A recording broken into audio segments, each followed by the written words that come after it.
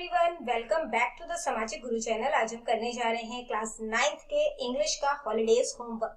तो वीडियो को स्टार्ट करते हैं बच्चों। उससे पहले अगर चैनल पे नए आए हैं तो चैनल को फटाफट से सब्सक्राइब कर लो, क्योंकि यहाँ पर इस तरीके का हेल्पफुल कंटेंट अपलोड होता रहता है।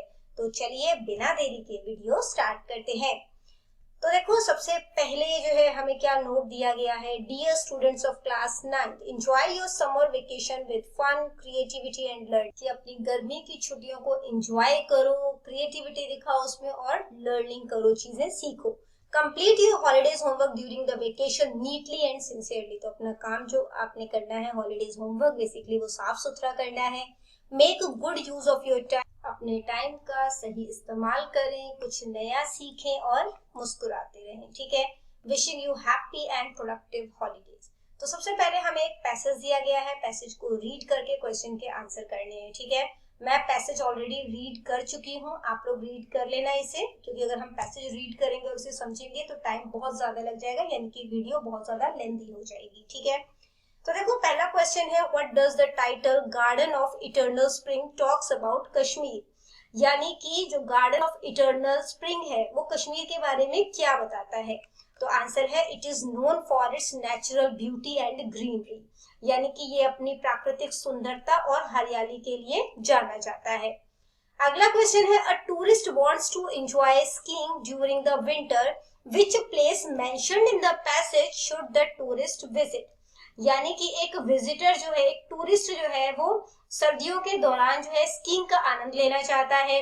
तो पैसेज में ऐसा कौन सा जो है जगह बताया गया है जहां पे पर्यटक को जाना चाहिए। तो आंसर है गुलमर्ग। अगला क्वेश्चन देखो, which feature of Kashmir supports a famous traditional handicraft industry. यानी कि कश्मीर की कौन सी विशेषता एक प्रसिद्ध पारंपरिक जो हैंडीक्राफ्ट है यानी हस्तशिल्प उद्योग है ना, उसका समर्थन करती है। तो आंसर है वूल फ्रॉम लोकल गोट्स। ठीक है। इसके बाद जैसे कि ना पश्मीना शॉल जो है उसके लिए यहाँ पे बात की गई है। आगे देखो, which of the following best explain why tourist visit Kashmir during winter. यानी कि इसमें से कौन सा सबसे अच्छे तरीके से बताता है कि पर्यटक जो है, जो टूरिस्ट है, वो गर्मियों के दौरान कश्मीर क्यों जाते हैं। तो आंसर है बेटा, the fruit gardens and natural beauty attract visitors. यानी कि फलों के जो बगीचे हैं और वहां की जो प्राकृतिक सुंदरता है वो टूरिस्ट को आकर्षित करती है। अगला क्वेश्चन है, if someone wants to see house boat where should they go. अगर किसी ने हाउस बोट देखना है तो उन्हें कहाँ जाना चाहिए। आंसर है श्रीनगर। ठीक है। इसके बाद देखो, एक और पैसेज दिया गया है हमें, पैसेज को आप लोग रीड कर लेना। हम लोग अगेन क्वेश्चन के सीधा आंसर्स को देख लेते हैं। Why have wildfires increased in recent year according to the passage। यानी कि पैसेज के अकॉर्डिंग जो हाल के वर्षों में जंगल में आग क्यों बढ़ी है। तो आंसर है climate change and human activities. यानी कि जलवायु परिवर्तन और जो ह्यूमन एक्टिविटीज है, मानव की जो गतिविधियां हैं, उनकी वजह से। अगला क्वेश्चन है, how do rising temperatures and droughts affect forest. ठीक है। यानी कि बढ़ते तापमान और सूखे का जंगलों पर क्या असर पड़ता है। तो आंसर है, they make areas drier and easier to catch fire. यानी कि वो एरिया को सूखा बना देते हैं और आग लगने की संभावना बढ़ा देते हैं। अगला क्वेश्चन है, which activity mentioned in the passage can directly spark a wild fire. ठीक है। यानी कि जो पैसेज में ऐसी कौन सी जो एक्टिविटी की बात की जा रही है जिससे कि सीधे जंगल में आग लगा सकती है, जो सीधे जंगल में आग लगा सकती है। आंसर है अनअटेंडेड कैंप फायर। यानी कि बिना देखरेख के छोड़े गए जो कैंप फायर होते हैं। ठीक है। इसके बाद अगला देखो, what should be a major consequences of wild fire. जंगल की आग का एक बहुत बड़ा परिणाम जो है, जो कॉन्सिक्वेंसेस यानी रिजल्ट, वो क्या हो सकता है। तो आंसर है environmental destruction and loss of life. यानी कि पर्यावरण को नुकसान पहुंच सकता है और जान माल की हानि हो सकती है। अगला क्वेश्चन देखो, which response does the passage suggest is most effective in reducing wild fire risk. यानी कि पैसेज के अकॉर्डिंग जंगल की आग के जोखिम को कम करने के लिए कौन सा जो उपाय है वो सबसे ज्यादा इफेक्टिव है। ठीक है। तो आंसर क्या है, प्रिवेंशन एंड प्रिपेयर्डनेस। ठीक है। यानी कि रोकथाम करना और तैयारी करना। इसके बाद देखो थर्ड क्वेश्चन का ए पार्ट है कि आपने पोएम को रीड करना है। कौन सी poem? Open thy eyes and see thy God from your text book. आपके बुक में ये पोएम दी गई है, उससे रीड करना है और इन क्वेश्चंस के आंसर करने हैं। सबसे पहला क्वेश्चन है what is the name of the poet of this poem. इस पोएम के पोएट का नाम आपने जो है वो बताना है, ठीक है। तो आंसर जो है वो इसका क्या है? रविंद्रनाथ टैगोर, ठीक है। आगे देखो what does the poet ask people to leave, ठीक है। तो जो पोएट है वो क्या कहते हैं कि लोगों को क्या छोड़ देना चाहिए। तो आंसर है the poet ask people to leave their formal meditations, chanting of hymns and the offering of flowers and incense. यानी कि कवि लोगों को अपनी ध्यान साधना छोड़ने, फूलों और धूप बत्ती जैसे जो अनुष्ठान करते हैं ना, उनको त्याग करने के लिए कहते हैं। अगला क्वेश्चन देखो बेटा कि according to the poem where can God be found. तो पोएम के अकॉर्डिंग भगवान जो है वो कहाँ पे जो है वो मिल सकते हैं। तो आंसर है according to the poem God can be found among the poor and the hard working people. God is with the tiller who is tilling the hard ground and with the path maker who is breaking stones. He is found in the sweat and toil of common people. ठीक है, यानी कि poet जो है उनके according भगवान मंदिरों में नहीं बल्कि वहां पाए जाते हैं जहां किसान कड़ी मेहनत कर रहे हैं और जहां मजदूर पत्थर तोड़ रहे हैं। वो मेहनती लोगों के साथ धूप और बारिश में रहते हैं। अगला क्वेश्चन देखो find a word from the poem that means hard work. तो हार्ड वर्क के लिए कौन सा मीनिंग जो है, कौन सा वर्ड इस्तेमाल किया गया है? ट्वाइल, ठीक है। अगला देखो the garment of God in this poem is. तो जो भगवान जी के जो गारमेंट है, ठीक है, वो पोएम में किस तरीके से है? आंसर है कवर्ड विद डस्ट। भगवान का जो परिधान है वो धूल से भरा हुआ है, ठीक है। अब अगला देखो बी पार्ट है what lesson do we learn from the poem. तो पोएम में हमने कौन सा जो है वो लेसन सीखा, कौन सी सीख सीखी हमने, वो बताना है। तो आंसर है बेटा the poem teaches us that God is not found in dark corner of temple through prayers और by chanting hymns in isolation. यानी कि इस कविता में हमें ये सीखने को मिलता है कि भगवान किसी बंद कमरे या अनुष्ठानों में नहीं बल्कि मानवता की सेवा और कड़ी मेहनत में निवास करते हैं। Instead, God dwells among the people who work hard to build our world, the farmers, the laborers and the path maker. ठीक है, यानी कि भगवान जो है वो मेहनतकश लोगों के बीच में रहते हैं, वो फार्मर्स के साथ रहते हैं, लेबर्स, पाथ मेकर के साथ रहते हैं। The true way to serve and find God is to serve humanity. और सच्ची भक्ति यही है, या हम भगवान को सही वे में जो है जब हम इंसानियत की सेवा करते हैं तभी पा सकते हैं। Share in the struggle of the common man and recognize the divinity in hard labor and humble service. ठीक है, यानी कि हम जब जमीन से जुड़े होंगे, हम कड़ी मेहनत को जो है हम रिकॉग्नाइज करेंगे, पहचानेंगे, कॉमन मैन के स्ट्रगल को देखेंगे, इंसानियत दिखाएंगे, तो ही हम भगवान को पा सकते हैं, ठीक है।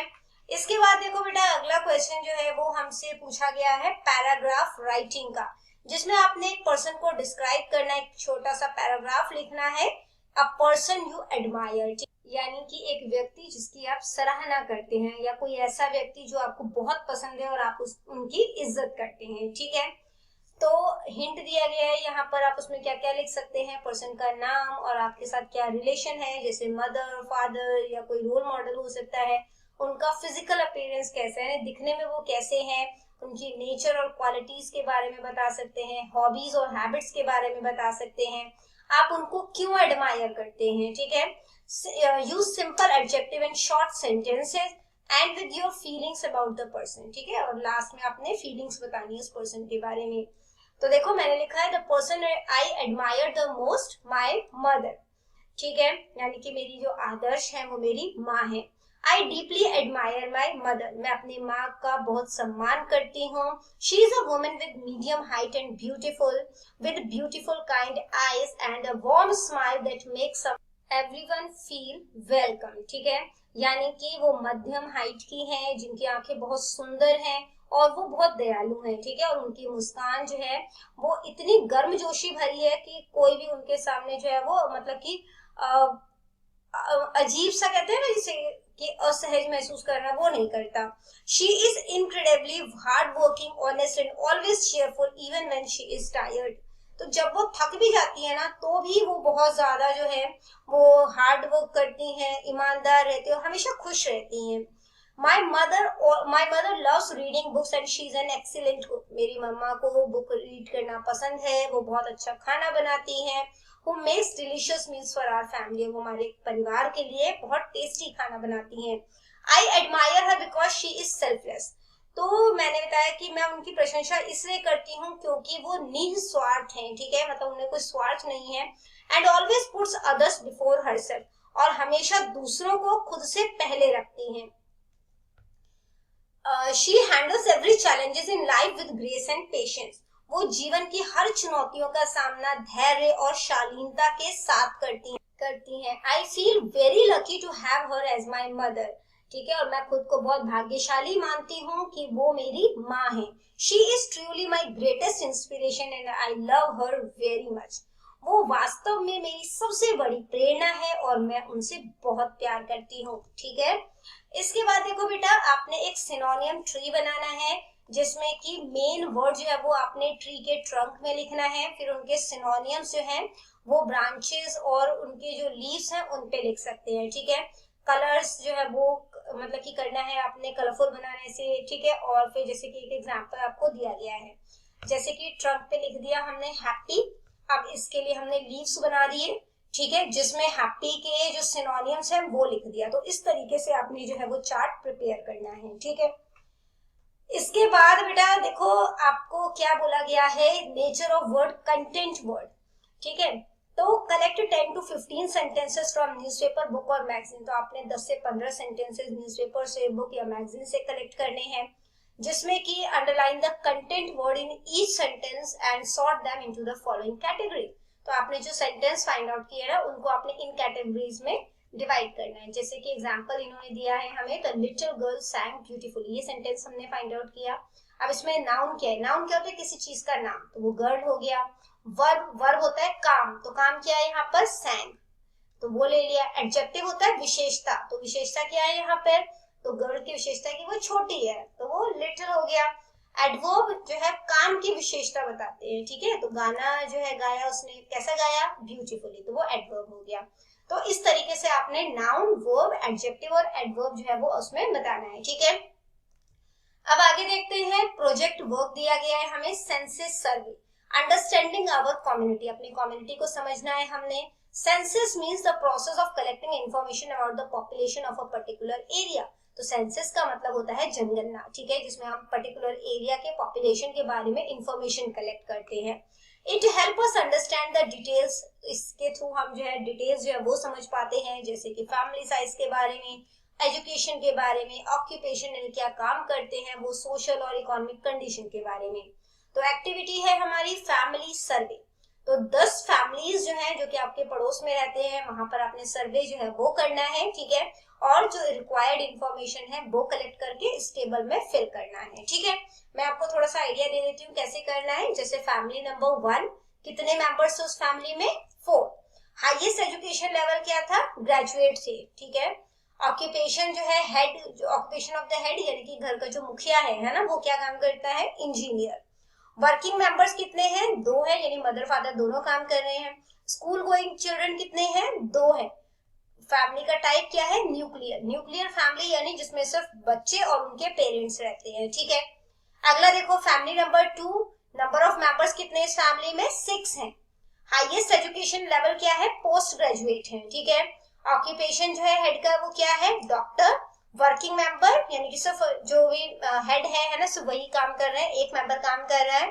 स्कूल जाने वाले बच्चे कितने हैं, 2, और ये किस तरीके की फैमिली है, ज्वाइंट फैमिली। तो मैंने आपको ये 10 फैमिलीज की जो है वो एक जो है चार्ट बनाकर दिया है, आप इस तरीके से अपना डेटा जो है वो फिल कर सकते हैं, ठीक है। आगे देखो, अब इस डेटा को देखकर हमें एनालाइज करना है, which occupation is most common in your area, आपके एरिया में सबसे ज्यादा जो कॉमन काम है वो क्या है वो आपने बताना है, ठीक है।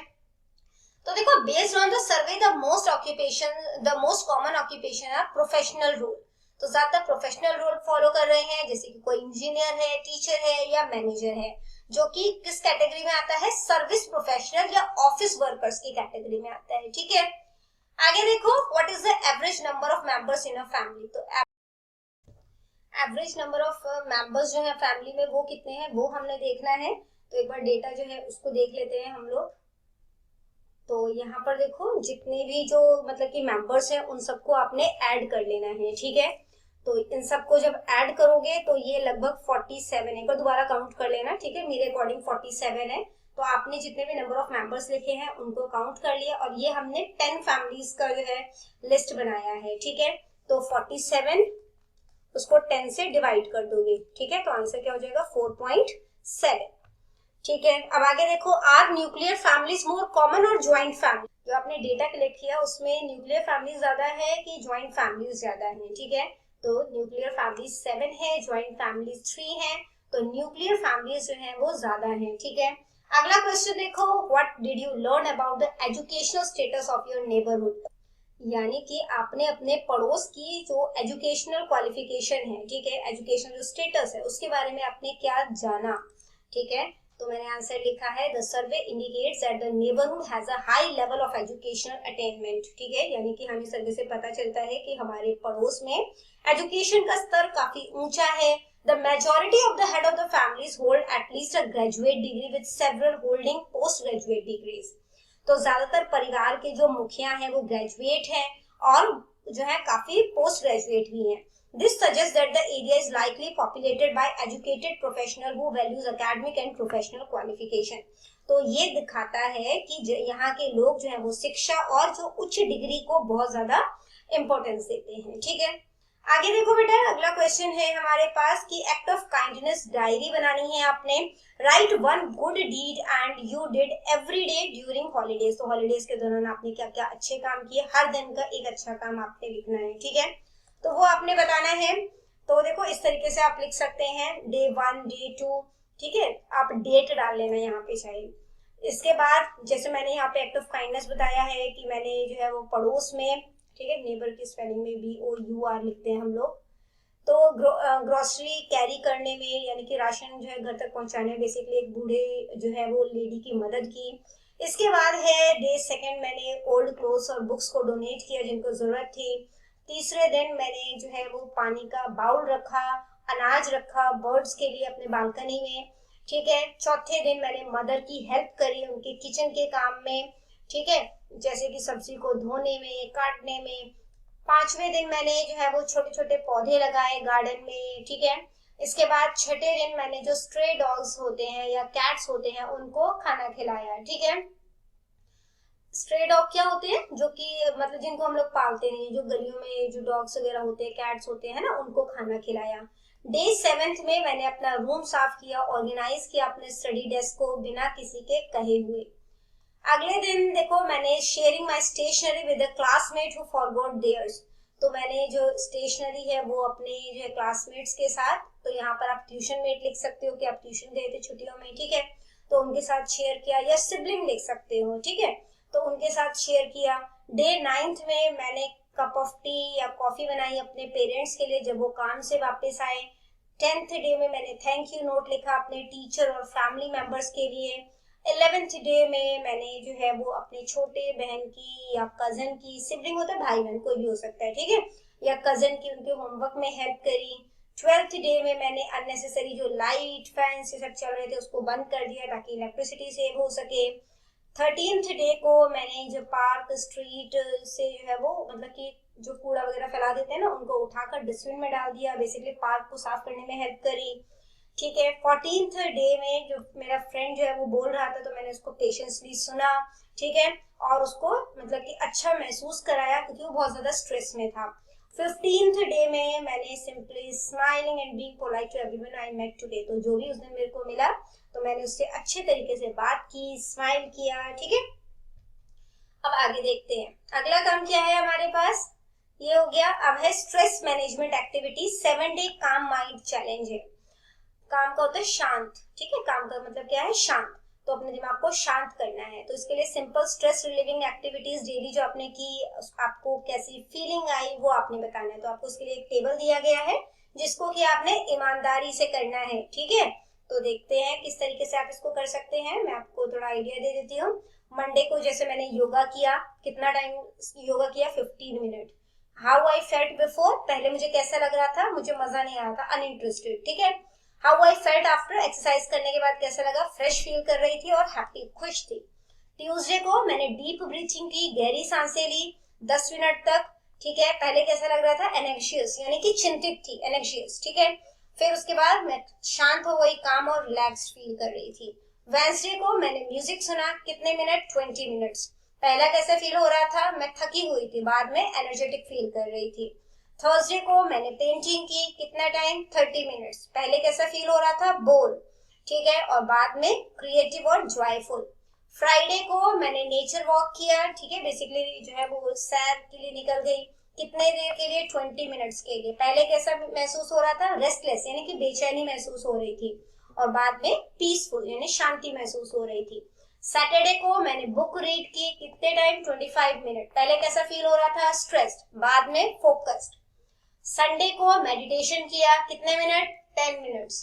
पहले कैसा फील हो रहा था, स्लीपी, यानी नींद आ रही थी, बाद में दिमाग जो है वो अलर्ट हो गया और शांत हो गया, ठीक है। आगे देखो, यहाँ तक तो हमने कर लिया। अब इसके बाद है write and post a letter to your friend describing him और her how you help your mother in doing household chores during your summer vacation. तो समर वेकेशन के दौरान आपने किस तरीके से अपनी मम्मा की मदद करी वो आपने जो है वो बताना है, ठीक है। तो इसके लिए आपने अपने फ्रेंड को जो है वो लेटर लिखना है, ठीक है। तो लेटर जो है वो किस तरीके से लिखेंगे, लेटर देख लेते हैं एक बारी। ये देखो इस तरीके से लेटर लिख रहा है। सबसे पहले एड्रेस आ जाएगा, फिर डेट लिखनी है, dear Harshal, I hope you are doing well and having a wonderful summer break, कि मैं उम्मीद करती हूँ कि तुम सही हो, ठीक है, और समर वेकेशन जो है, ये समर ब्रेक है, उसको बहुत अच्छा तुम्हारा जा रहा है। I am writing to tell you how I spend my holidays helping my mother with house hold chores. तो किस तरीके से मैंने इन छुट्टियों में अपनी मम्मा की मदद करी घर के कामों में, वो मैं आपको बताना चाहती हूँ। To help reduce her workload, कि उनका काम जो है वो कम हो जाए, I decided to take on some responsibilities around the house. तो मैंने डिसाइड किया कि मैं कुछ रिस्पॉन्सिबिलिटीज जो है वो निभाऊंगी। Every morning I made my own bed, हर सुबह मैं अपना बेड सही करती थी, प्लांट को पानी देती थी। I also help her with meal preparation, खाना बनाने में भी मैं उनकी हेल्प करवाती थी, जैसे कि मैं सब्जी काट देती थी, ठीक है, और जो है लिविंग रूम को साफ करने में हेल्प करती थी। Seeing her smile and hearing her say thank you made me feel truly happy and responsible. तो जब मैं अपनी मम्मा को फिर देखती थी ना, वो खुश है, वो मुझे थैंक यू कह रही है, तो मुझे बहुत अच्छा फील होता था और रिस्पॉन्सिबल फील होता था। It was a great experience to bond with her while sharing these task. तो इस ये जो है बहुत ही मतलब बेसिकली बहुत मजेदार काम था, जिससे कि मेरी और मेरे मम्मा की बॉन्डिंग बहुत अच्छी जो है वो हो रही थी इन कामों की वजह से। How have you been spending your summer vacation, तुमने अपना टाइम कैसे स्पेंड किया वो बताना, या छुट्टियां किस तरीके से बिताई वो बताना। I would love to hear about your activities as well, तो मुझे भी जानने में बहुत मजा आएगा कि तुमने किस तरीके से जो है वो छुट्टियां एंजॉय की, तुमने क्या क्या किया। जल्दी ही मुझे लिखना। वार्म रिगार्ड्स मनराज, ठीक है। आगे देखो बेटा, प्रोजेक्ट वर्क है ट्रेवल ब्रोशर। आपने कलरफुल ट्रेवल ब्रोशर डिजाइन करना है किसी भी स्टेट, सिटी या टूरिस्ट प्लेस के लिए, इंडिया के लिए, ठीक है, जो कि इंडिया में हो बेसिकली, ऐसा टूरिस्ट प्लेस जो है उसके लिए ट्रेवल ब्रोशर बनाना है, जिसमें कि आप प्लेस को इंट्रोडक्शन दोगे, फेमस टूरिस्ट अट्रैक्शन बताओगे, फूड कल्चर एंड फेस्टिवल बताओगे, बेस्ट टाइम कब है उसको विजिट करने का, और रीजन कि वहाँ पे टूरिस्ट क्यों जाना, मतलब क्यों जाए वहां पर, ठीक है। आप इसके लिए पिक्चर्स ऐड कर सकते हो, ड्राइंग, मैप, कैची स्लोगन लगा सकते हो, ठीक है, ताकि आपका जो ब्रोशर है वो अट्रैक्टिव हो सके। तो इस तरीके से जो है आप जो है बना सकते हैं, जिसमें कि प्लेस को इंट्रोडक्शन दिया गया है। ये ब्रोशर केरला के लिए है, ठीक है, तो केरला लिखा है यहाँ पे, मैप में केरला को शो भी किया गया है, फेमस का टूरिस्ट अट्रैक्शन क्या है वो बताया है, बेस्ट टाइम कब है, food culture and festival, reason to visit क्या है, वो सब चीजें बताइए, ठीक है, और वहां की ईमेल आईडी जो है, ठीक है, टूरिज्म की जो ईमेल आईडी है वो भी दी है। इसके बाद आगे देखो, prepare a mini vocabulary notebook during the holidays. तो आपने एक मिनी वोकैबुलरी नोटबुक बनानी है, जिसमें कि 5 यूजफुल न्यू वर्ड्स आपने हर हफ्ते जो है वो लिखना है, जो कि आप न्यूज़पेपर, मैगजीन या बुक से जो है वो ले सकते हैं। जिससे कि आपकी इंग्लिश इंप्रूव हो सके, ठीक है, और आप क्लासरूम कम्युनिकेशन जो है वो भी आपका इंप्रूव हो सके, ठीक है। तो फॉर ईच वर्ड राइट, तो हर वर्ड के लिए आपने मीनिंग लिखना है, पार्ट्स ऑफ स्पीच लिखना है, one meaningful sentence of your own, तो उससे रिलेटेड, उस वर्ड से रिलेटेड आपने सेंटेंस लिखना है, ठीक है। और जो भी बेस्ट वोकैबुलरी नोटबुक होगा उनको क्लास में अप्रिशिएट किया जाएगा, जिस बच्चे की भी होगी, ठीक है। देखो इस तरीके से आप वर्ड्स जो है वो लिख सकते हैं, पार्ट्स ऑफ स्पीच बता सकते हैं, जैसे ये एडजेक्टिव है, नाउन है या वर्ब है, ठीक है, उसका मीनिंग क्या है वो लिख सकते हैं और सेंटेंस बना सकते हैं। तो पहला वर्ड मैंने लिखा है रिसाइलेंट, जिसका मतलब होता है लचीला, जो कठिन परिस्थितियों से जल्दी उबर जाए या हार ना माने, ठीक है। इसके बाद है बेटा एलोक्वेंट, यानी कि इसको कहते हैं फ्लुएंट, ठीक है, जो अपनी बात को बहुत ही प्रभावशाली ढंग से और स्पष्ट तरीके से कहे। इसके बाद है डिलीजेंट, यानी कि मेहनती, ठीक है, या परिश्रमी, जो अपने काम को पूरी लगन या सावधानी से करे। फिर है इनोवेटिव, ठीक है, इसका मतलब होता है कुछ नया और ओरिजिनल विचार या तरीका, ठीक है। इसके बाद है कोलैबोरेट, यानी कि सहयोग करना या किसी काम या प्रोजेक्ट को मिलकर पूरा करना, ठीक है। आगे देखते हैं बेटा, यहाँ तक तो कर लिया हमने, अब आगे देखते हैं जो कि है डिजिटल डिटॉक्स चैलेंज, ठीक है। तो अब ये क्या है, डिजिटल डिटॉक्स जो चैलेंज है उसमें आपको काम करना है कि spend 1 day without using social media, बिना मतलब कि सोशल मीडिया का इस्तेमाल किए हुए आपने एक दिन बिताना है, अपनी फीलिंग बतानी है, आपका जो टाइम है वो कैसे स्पेंड हुआ, और इसके लिए आपने 80 to 100 वर्ड्स में जो है वो अपना एक्सपीरियंस लिखना है, कौन कौन से आपको मुसीबतों का सामना करना पड़ा, कौन कौन सी एक्टिविटी आपने एंजॉय की, ठीक है, और आपने इससे क्या सीखा। तो मैंने लिखा है taking a break from social media for 1 entire day was both challenging and eye opening, यानी कि पूरे एक दिन के लिए सोशल मीडिया से ब्रेक लेना जो है वो चुनौतीपूर्ण और आंखें खोलने वाला था। Initially, I felt a strong urge to check my phone for notification and I struggled with the boredom of not being constantly connected to the digital world. यानी कि शुरुआत में मुझे नोटिफिकेशन देखने के लिए अपना फोन चेक करने की तीव्र इच्छा हुई और लगातार डिजिटल दुनिया से जुड़े रहने के कारण मुझे बोरियत जो है वो फील हो रहा था। However, as the day progressed, I began to enjoy the silence. I spent my time reading a novel, playing outdoor sports with my friends and spending quality time with my family. हालांकि जैसे जैसे दिन बीतता गया मैंने silence को enjoy करना शुरू किया, ठीक है, और इसके साथ ही मैंने अपना समय जो है वो एक नोवेल को पढ़ने में लगाया, मैं दोस्तों के साथ बाहर खेलने गया और अपने परिवार के साथ एक अच्छा समय मैंने बिताया।